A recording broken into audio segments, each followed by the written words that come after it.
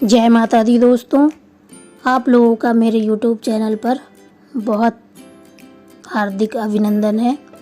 आज मैं आप लोगों के लिए लेके आई हूँ हर्षण व्रत कथा। दक्षिण भारत में एक सुंदर नगर है। वहाँ एक बनिया अपनी भार्या के साथ रहता था। दोनों पति पत्नी स्वभाव से बहुत अच्छे व संस्कारी थे।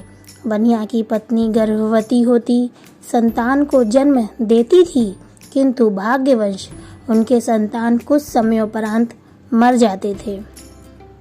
इस प्रकार एक एक करके बनिया की पत्नी के 6 संतान मृत्यु को प्राप्त हो गया। इस कारण दोनों पति पत्नी बहुत दुखी होकर मरने की उद्देश्य लेकर घर से वन की ओर चले गए। वहाँ जंगल में एक साधु से उनकी भेंट हुई तो उन्होंने साधु से अपनी व्यथा कह सुनाई। साधु ने ध्यान लगाकर देखा कि बनिया की संतान कहाँ है।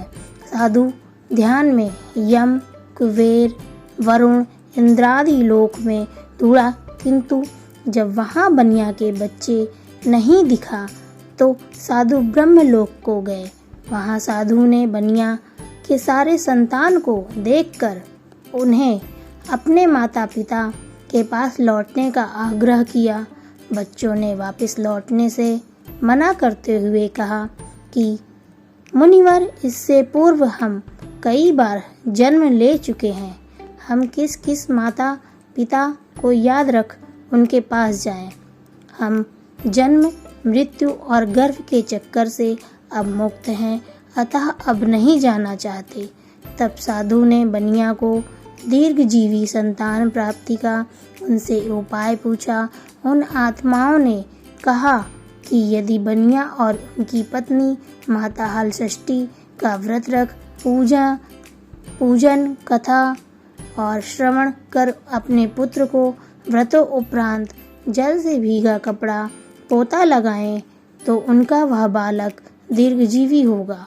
उन आत्माओं से इस प्रकार सुन साधु ध्यान से वापस आकर बनिया से हलषष्ठी व्रत कथा नियम आदि को बताया। साधु से इस विधि विधान को सुन दोनों पति पत्नी घर को गए। समयोपरांत जब हलषष्ठी व्रत का दिन आया तो उन्होंने व्रत रखा और वह संतान प्राप्ति का वर मांगा। माता हलषष्ठी की कृपा से अब बनिया की पत्नी गर्भवती हुई और एक सुंदर संतान को जन्म देती है। अगले व्रत पर उन्होंने साधु के बताए अनुसार अपने पुत्र को पोता मारती हैं और माता की कृपा से अब उनके संतान दीर्घ आयु को प्राप्त किया। बनिया का परिवार प्रसन्नता पूर्वक जीवन यापन करना लगा। बोलिए हर्षण माता की जय। आप लोगों पर भी हर्षण माता की कृपा बनी रहे। हर्षण माता सभी की मनोकामना पूरी करे।